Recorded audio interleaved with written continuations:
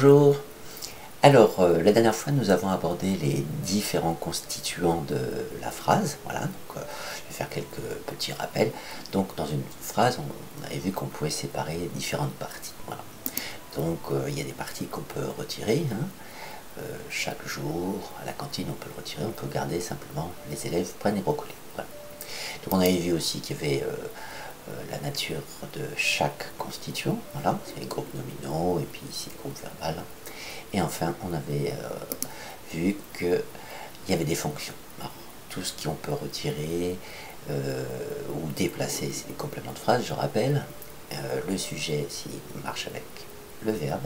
Et il y a le groupe verbal. Alors, le groupe verbal, ça c'est sa nature. Et le prédicat, c'est le verbe plus le complément du verbe. Donc, aujourd'hui, on va faire un zoom, on va plus travailler sur cette partie-là, les compléments du verbe.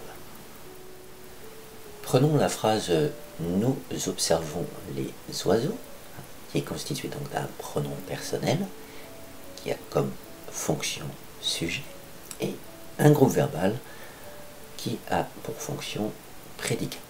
Et dans le prédicat, on va se concentrer sur les compléments du verbe. Alors, à quoi ça peut bien servir ce complément du verbe? Donc, le complément du verbe, il précise le sens du verbe. Il précise ce qu'on observe. Il est assez important. Voilà, ça donne des précisions. Il donne du sens au verbe. Ensuite, il est essentiel à la compréhension parce que si on enlève par exemple les oiseaux, c'est nous observons. La phrase est correcte, mais ça change complètement le sens. On ne sait plus ce qu'on observe. Donc, il est essentiel à la compréhension. D'autre part, il ne peut pas être déplacé. Parce que si, par exemple, on met les oiseaux au début de la phrase, ça fait « les oiseaux, nous observons ».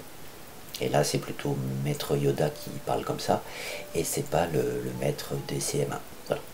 Moi, je dis « nous observons les oiseaux », et vous aussi d'ailleurs. Donc, il ne peut pas être déplacé. On ne peut pas le supprimer, donc sans changer le sens de la phrase, je l'ai dit.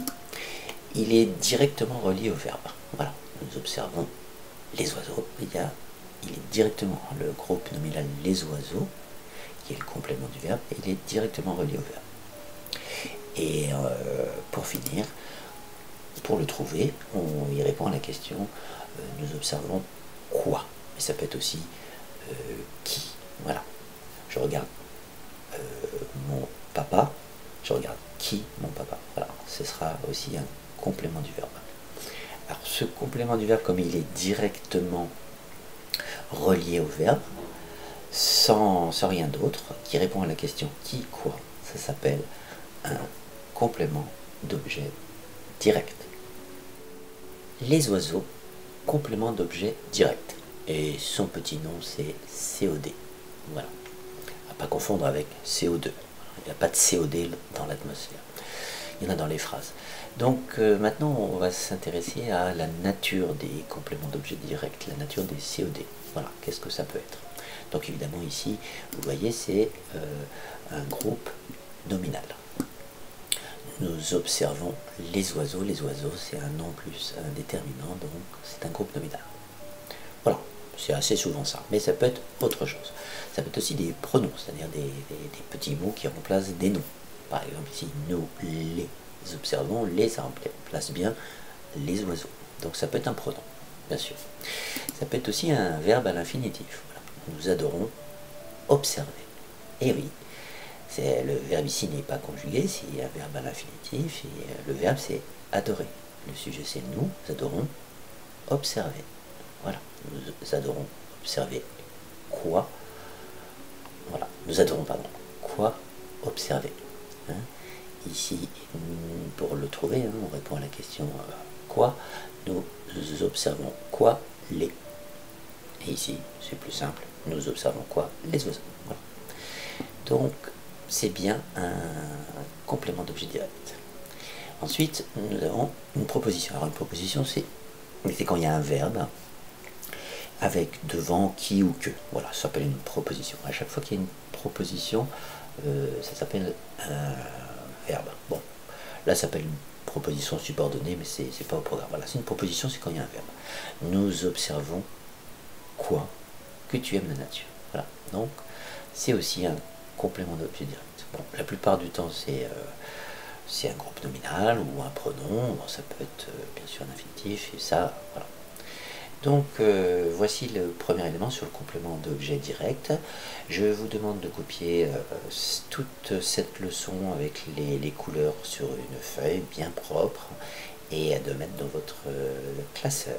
Voilà, vous pouvez faire pause maintenant et après on passera en complément d'objet indirect.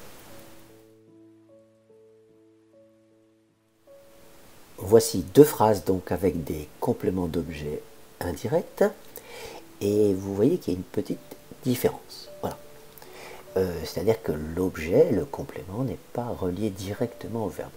Il y a avant un petit mot. À, de. Donc vous rappelez ces petits mots. La phrase à, dans, par, pour, envers, avec, 200 sous, c'est une préposition. Voilà. Donc c'est pas directement lié au verbe, il y a un petit mot avant. Voilà, il y a un petit mot qui s'appelle une préposition entre les deux. Le complément d'objet indirect. Donc on va regarder un petit peu. Donc il est indirectement relié au verbe car il y a une préposition entre le verbe et le complément d'objet. La même chose que le complément d'objet direct, il précise vraiment le sens du verbe. Voilà. J'ai parlé, on précise à qui, j'ai envie de quoi, de comprendre les compléments. Ensuite, il est essentiel à la compréhension. On ne peut pas dire j'ai envie.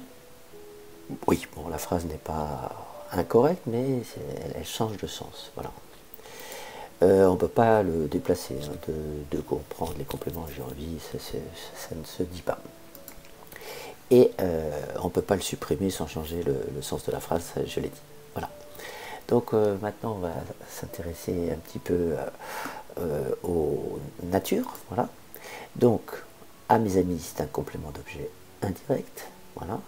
Et on va voir les natures. Donc les natures, c'est un peu comme tout à l'heure. Donc ça peut être un groupe nominal, j'ai parlé à mes amis.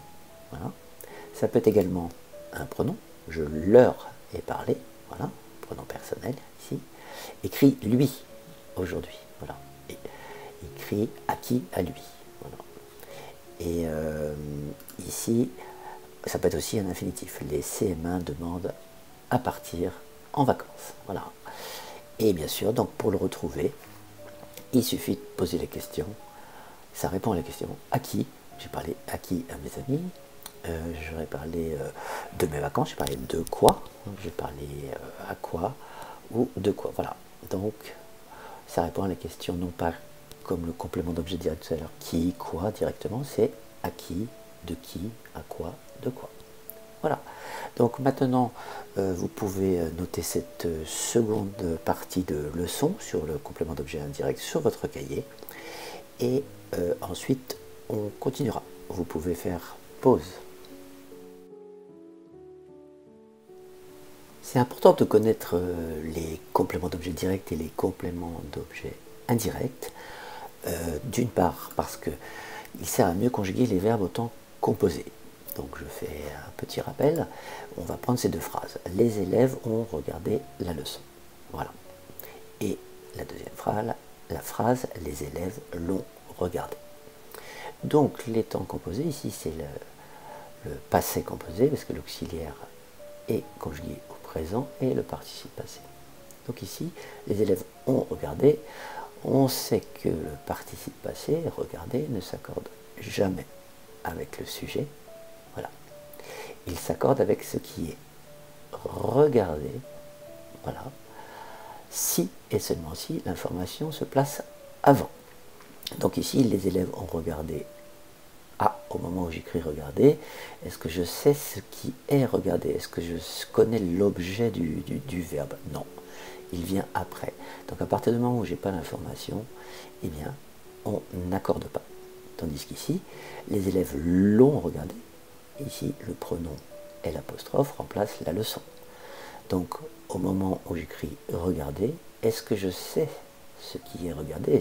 Est-ce que je connais l'objet du verbe? Oui, parce que c'est placé avant. Voilà. Donc, on accorde. Voilà. Je vous rappelle, c'est ce que faisaient les moines dans les abbayes pour recopier leurs manuscrits. Ils se servaient de cette règle. Dès qu'ils n'avaient pas l'information, ils n'accordaient pas. Et quand ils l'avaient, ils l'accordaient. Ils accordaient le participe passé. Voilà. Et un point important, c'est pour mieux choisir les pronoms en général, pour mieux comprendre. Voilà. Maintenant, on va passer aux exercices. Voici le test. Alors, la consigne est la suivante. Il y en a plusieurs. Hein. Donc, première chose à faire, c'est souligner les compléments dans les différentes phrases. Voilà. Alors, attention, il peut y avoir plusieurs compléments par phrase. Donc, soyez attentifs. Ensuite, il faut donner sa fonction, c'est-à-dire si c'est un complément d'objet direct, directement lié au verbe, sans préposition, ou alors un complément d'objet indirect avec une petite préposition à, de, par, avec, etc.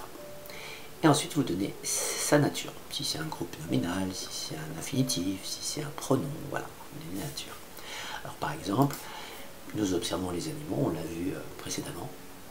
Donc ce complément du verbe, c'est un complément d'objet direct, parce qu'il n'y a pas de préposition entre les deux, et il est composé d'un nom et un déterminant, donc c'est un groupe nominal. Voilà. Donc vous avez 5 questions. Je vous demande donc de les noter en sautant bien des lignes pour pouvoir écrire en dessous.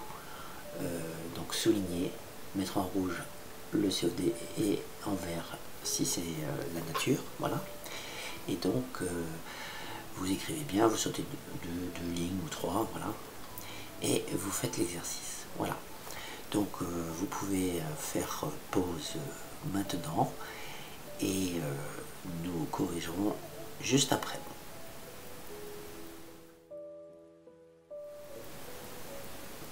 Voici la correction. Alors la première phrase, les enfants apprennent les compléments. Alors quel est le complément? Donc ici, évidemment, c'est les compléments. Voilà. C'est un complément d'objet direct parce qu'il n'est pas séparé du verbe par une préposition, à, de, etc. Et on peut répondre à la question, les enfants apprennent quoi? Les compléments. Donc la fonction, c'est complément d'objet direct. Et la nature de ces deux mots, bah, c'est un nom plus un déterminant, donc c'est un groupe nominal. Voilà, donc si vous avez répondu à tout ça pour le COD et le groupe nominal, ça fait 2 points.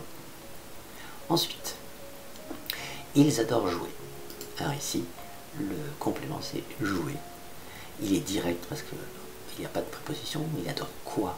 Jouer. Et c'est un verbe à l'infinitif. Voilà. Donc 1 point pour complément d'objet direct et 1 point pour infinitif. Maintenant nous avons dans cette phrase 2 compléments. L'heure et de la migration des oiseaux. Donc l'heure, nous allons parler à qui, donc c'est un complément d'objet indirect, à qui, donc il y a bien une préposition et c'est un pronom personnel. Voilà. Et nous leur avons parlé de quoi? De la migration des oiseaux. Là aussi il y a une préposition, donc c'est aussi un complément d'objet indirect. Et la nature, c'est un groupe nominal.